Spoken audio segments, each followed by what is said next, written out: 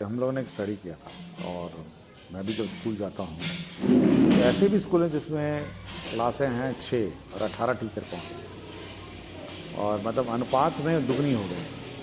तो हम लोगों ने एक व्यवस्था की है कि पदाधिकारी की अध्यक्षता में कमेटी बनाई है।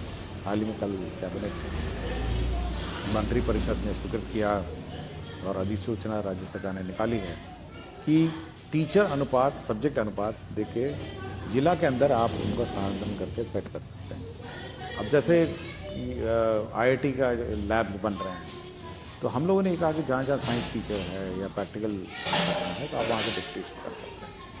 तो स्थानीय स्तर पर भी हम लोगों ने पावर दी है जिला स्थापना समिति को कि वो आवश्यकता अनुसार सब्जेक्ट वाइज अपना डिप्यूटेशन कर सकते हैं और सब्जेक्ट वाइज ये इंश्योर करेंगे कि जो शिक्षक स्टूडेंट अनुपात जो है वो मेंटेन करते हुए अपना पोस्टिंग ट्रांसफर कर सकते हैं। कमेटी हम लोगों ने बना दी।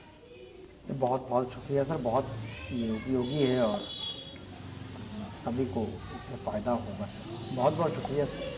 शिक्षण हो, ग्रामीण से शिक्षकों का फीडबैक लिया जाए, फीडबैक नकारात्मक आने पर उन्हें सुधरने का 1 या 2 मौका दिया जाए, तत्पश्चात बदलाव नहीं दिखने पर कठोर कार्रवाई की जाए जिसमें बर्खास्तगी भी अपेक्षित है। अन्य कार्य हेतु सर एक और ये रख रहे हैं कि मध्य विद्यालय में एक गैर शैक्षणिक कर्मी की बहाली की जाए सर। इसमें देखिए, मैं अनेक बार और विभिन्न स्तर पर मैं बोलता रहा हूँ, जो शिक्षा जो है, शिक्षा विद्यालय में शिक्षा जो है, इसका जो दायित्व है, एक तो टीचर तो पढ़ाते ही हैं, बच्चे आते हैं, लेकिन इसकी रिस्पॉन्सिबिलिटी पूरे समाज की है और जब तक ये पूरा समाज इसकी रिस्पॉन्सिबिलिटी नहीं लेगा तब तक शिक्षा व्यवस्था सुधरेगी नहीं। इसमें अभिभावक का बहुत बड़ा रोल है, साथ ही साथ जो पंचायती राज संस्थाएं हैं, मुखिया हैं, वार्ड सदस्य हैं, साथ ही साथ जो आंगनवाड़ी सेविका सहायिका और पूरे जितनी भी सरकारी तंत्र है पंचायतों में, इन सभी का दायित्व है कि विद्यालय में नजर रखें और सभी प्रकार का नजर रखें, देखें कि टीचर्स पढ़ा रहे हैं, नहीं पढ़ा रहे हैं, होमवर्क दिए जा रहे हैं, क्लासरूम हो रहा है, मिड डे मील हो रहा है और सभी प्रकार के जो कार्य है उसमें बढ़ चढ़ के अपना योगदान दें। लेकिन अगर सब लोग ये सोच लेंगे कि नहीं ये टीचर का ही काम है और हम तो हमारा काम नहीं है, तब इसके में सुधार बड़ा बहुत ही कठिन होगा। और यह सुनिश्चित करना कि सभी विद्यालय ठीक तरह चले, मेरा अपना विचार है कि सभी को और सभी जितने भी स्टेक होल्डर हैं गांव में, सभी को उस पर नजर रखनी चाहिए और दबाव से ही, सामाजिक दबाव से शिक्षा में सुधार होगा, क्योंकि ये बहुत ही महत्वपूर्ण है। आज भी मैं देख रहा था, एक जगह मैं सुबह सुबह खड़ा होकर चाय पी रहा था तो देखा एक छोटा सा लड़का वहां पे चाय की दुकान पे काम कर रहा था। तो मैंने ऐसे ही पूछा कि आप स्कूल नहीं जाते हैं? तो उसने यही कहा कि विद्यालय में खर्चा लगता था, पैसे लगते थे, इसलिए मैं विद्यालय छोड़ दिया। और मैंने पूछा पिताजी, तो पिताजी झारखंड में कहाँ मजदूरी करते हैं, पत्थर तोड़ते हैं, पत्थर तोड़ने वाले मजदूर हैं और मुझे यहाँ पे चाय की दुकान में भेज दिया है।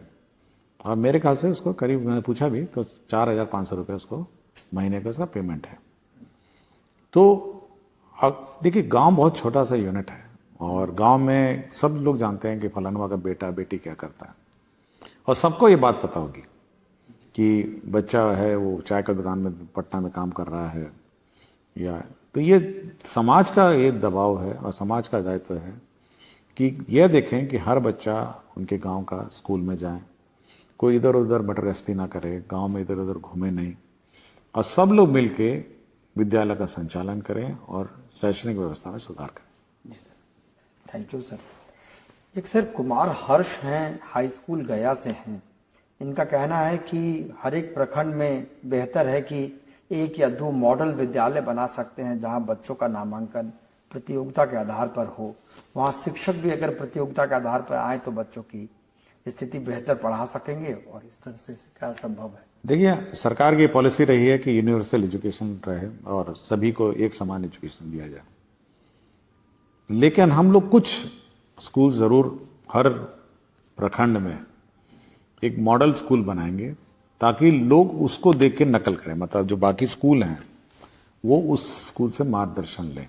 पहले जिला में शुरू करेंगे, हर एक जिला में स्कूल चयनित करेंगे, फिर हम लोग अनुमंडल और फिर प्रखंड में, ताकि एक मॉडल, ये इसलिए नहीं कि बच्चा उधर कुछ बच्चे जाएं या इधर बच्चे नहीं जाएंगे, लेकिन बाकी स्कूलों के लिए वो एक मॉडल बने कि भाई आपका स्कूल भी वैसे बनना चाहिए।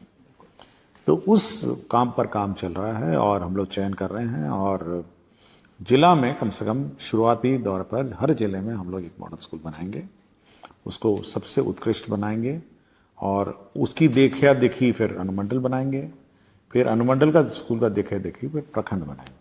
तो इस पर कार्य चल रहा है। ये बहुत अच्छा होगा सर।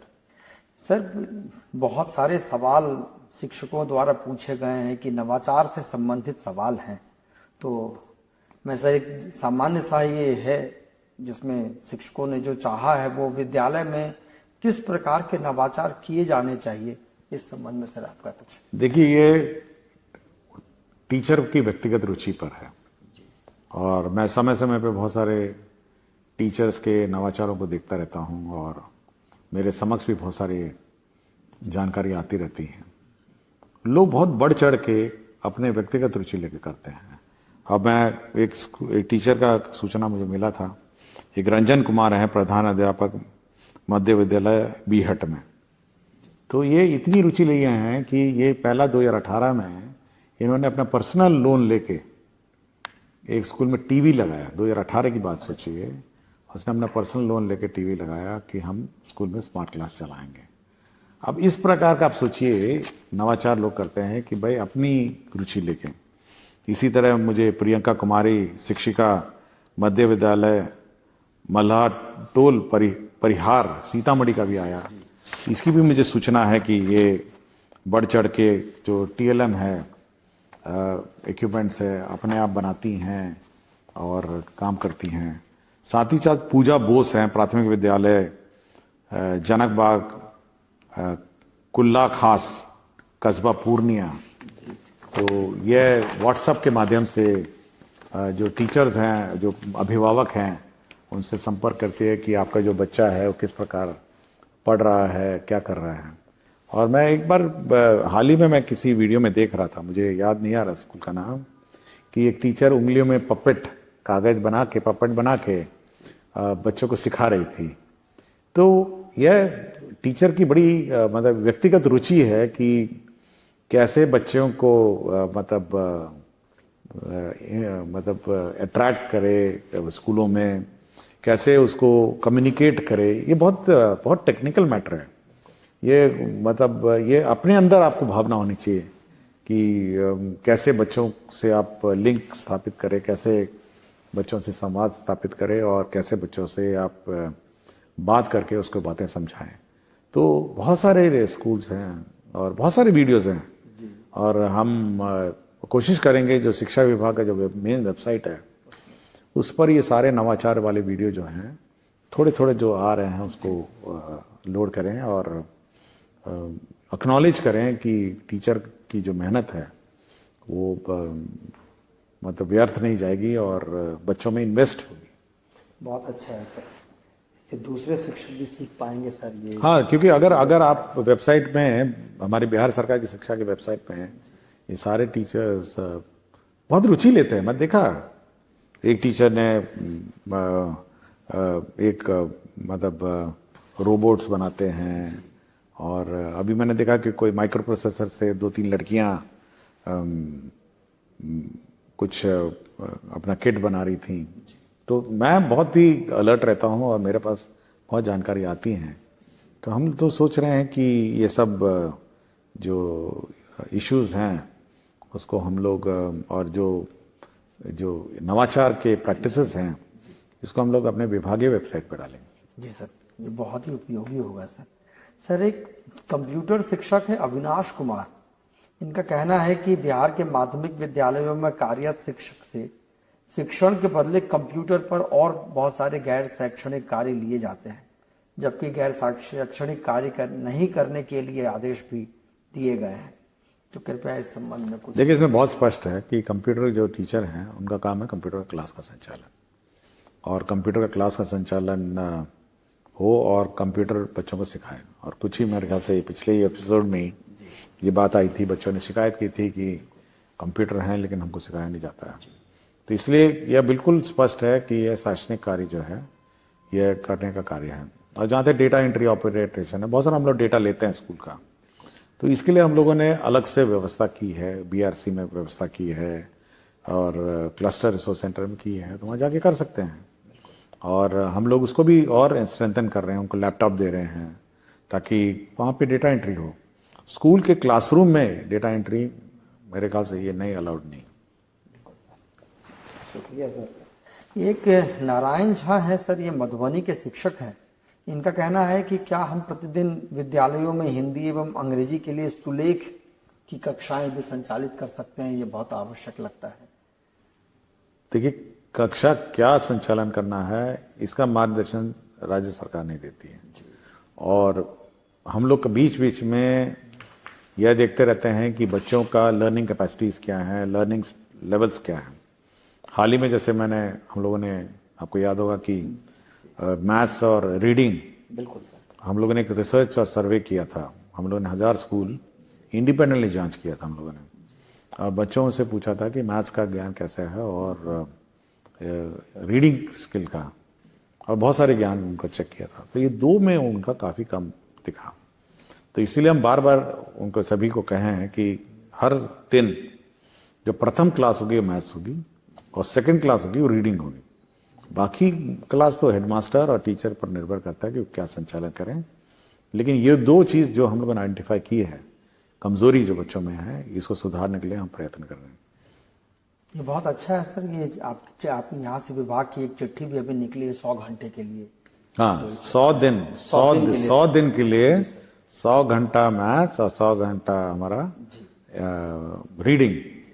और फिर मैं बार बार ये कहूँगा कि अभिभावक को चेक करना चाहिए कि उसका बच्चा ये 100 घंटा ज्ञान प्राप्त किया नहीं किया है, स्कूल में 100 घंटा हो रहा है नहीं हो रहा है, तो इस पर ज़्यादा रुचि होनी चाहिए। देखिए, सभी को स्कूल में क्या पढ़ाया जा रहा है इस पर रुचि होनी चाहिए। शुक्रिया सर, बहुत उपयोगी है। और एक बच्ची का सवाल है सर, साक्षी कुमारी है रोहतास की, ये शांति प्रसाद जैन महाविद्यालय की 12वीं कक्षा में पढ़ती है। इनका कहना है कि निवेदन है कि मैंने आपके विषय में इतना जाना है कि उससे पता चलता है कि आपने शिक्षा के विभिन्न क्षेत्रों में सुधारे किए हैं और अभी भी कर रहे हैं, लेकिन हमारे विद्यालय में शिक्षकों और शिक्षिकाओं एवं विद्यार्थियों का सही अनुपात नहीं है, जिसके कारण पठन पाठन की क्रिया में रुकावट आती है एवं हमारे विद्यालय में विज्ञान एवं अंग्रेजी के शिक्षकों का अभाव है।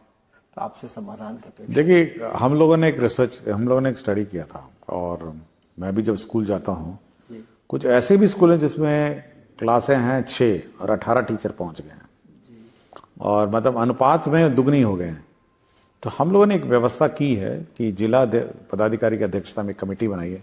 हाल ही में कल कैबिनेट मंत्री परिषद ने स्वीकृत किया और अधिसूचना राज्य सरकार ने निकाली है कि टीचर अनुपात, सब्जेक्ट अनुपात देके जिला के अंदर आप उनको स्थानांतरण करके सेट कर सकते हैं। अब जैसे IIT का लैब्स बन रहे हैं, तो हम लोगों ने कहा कि जहाँ जहाँ साइंस टीचर है या प्रैक्टिकल करना है तो आप वहाँ से डिप्यूटेशन कर सकते हैं। तो स्थानीय स्तर पर भी हम लोगों ने पावर दी हैं जिला स्थापना समिति को कि वो आवश्यकता अनुसार सब्जेक्ट वाइज अपना डिप्यूटेशन कर सकते हैं, और सब्जेक्ट वाइज इंश्योर करेंगे कि जो शिक्षक स्टूडेंट अनुपात जो है वो मेंटेन करते हुए अपना पोस्टिंग ट्रांसफर कर सकते हैं। कमेटी हम लोगों ने बना दी। बहुत बहुत शुक्रिया सर, बहुत ये उपयोगी है और सभी को इससे फायदा होगा सर। बहुत बहुत शुक्रिया सर आज। Thank you so much sir.